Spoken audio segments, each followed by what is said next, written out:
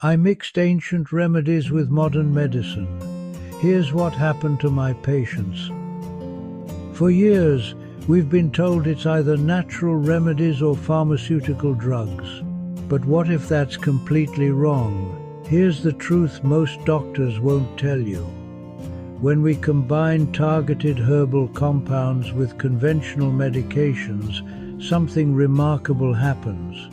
The herbs can enhance absorption, reduce side effects, and sometimes even allow for lower pharmaceutical doses. I've seen patients with chronic pain find relief when turmeric extract amplified their prescribed anti-inflammatories. Diabetic patients achieved better glucose control when bitter melon supported their metformin therapy.